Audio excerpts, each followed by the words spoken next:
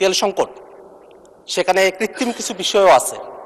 সেই বিষয়গুলোতে আসলে সরকারের পদক্ষেপ কি সেটা আমরা এখনো পর্যন্ত ভালো করে জানি না। তেলের দাম বাড়িয়ে দেওয়া হলো, জ্বালানির দাম বাড়িয়ে দেওয়া হলো, এটা জনজীবনে যে একটা নেতিবাচক প্রভাব পড়েছে, সেই নেতিবাচক প্রভাব থেকে বেরিয়ে আসার জন্য আমরা সরকারের কাছে আহ্বান জানাবো। আজকে আমি যে নোটিশটি দিয়েছি সেটা জ্বালানি তেলের মূল্য বৃদ্ধি সংক্রান্ত এবং জ্বালানি তেলের যে সংকট সেই বিষয়টা নিয়ে। আপনি জেনে থাকবেন যে আমরা বৈশ্বিকভাবে একটা সংকটের মধ্যে আছি, একটা যুদ্ধ পরিস্থিতি চলছে। তার প্রেক্ষিতে বাংলাদেশে একটা জ্বালানি সংকটের মতো একটা পরিস্থিতি তৈরি হয়েছে।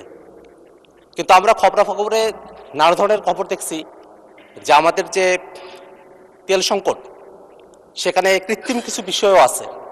সেই বিষয়গুলোতে আসলে সরকারের পদক্ষেপ কি সেটা আমরা এখনো পর্যন্ত ভালো করে জানি না। আমরা একটা বিষয়ে গতকাল আলোচনা হয়েছে, যা এখানে আলোচনা হবে জ্বালানি সংকটের বিষয় নিয়ে। সেই সময়টাতে সরকারি দল বিরোধী দল আমরা পরস্পর আলোচনা করব, কিন্তু হঠাৎ করে যে এলপিজির দামও বাড়ায় দেওয়া হলো।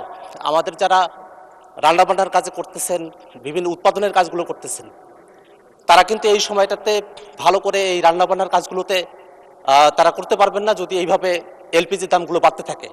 এই কারণে আমরা সরকারের কাছে এই বিষয়টাতে আহ্বান জানিয়েছি, যাতে করে যে দামটা বৃদ্ধি করা হয়েছে সেটা যেহেতু মাত্রাতিরিক্ত, এই মাত্রাতিরিক্ত দামটাকে কমায় নিয়ে আসে, যাতে একটা সহনীয় পর্যায়ে এটাকে নিয়ে আসা হয়। যেভাবে ওভারনাইট তেলের দাম বাড়িয়ে দেওয়া হলো, জ্বালানির দাম বাড়িয়ে দেওয়া হলো, এটা জনজীবনে যে একটা নেতিবাচক প্রভাব পড়েছে, সেই নেতিবাচক প্রভাব থেকে বেরিয়ে আসার জন্য আমরা সরকারের কাছে আহ্বান জানাবো। আন্তর্জাতিক পর্যায়ে কথা বলে এবং দেশীয় যে সংকটগুলো আছে, মজুতদারি চলছে, বিভিন্ন জায়গায় সরকারের কিছু ফেলিওর আছে, সেই বিষয়গুলোকে অ্যাড্রেস করে যাতে করে এলপিজি সহ অন্যান্য যে জ্বালানিগুলো আছে সেগুলোর দাম একটা সহনীয় পর্যায়ে নিয়ে এসে জনজীবনে একটা স্বস্তি নিয়ে আসা যায়।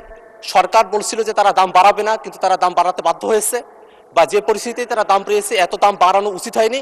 আমরা মনে করছি দাম কমিয়ে নিয়ে এসে জনজীবনে একটা স্বস্তি নিয়ে আসতে হবে।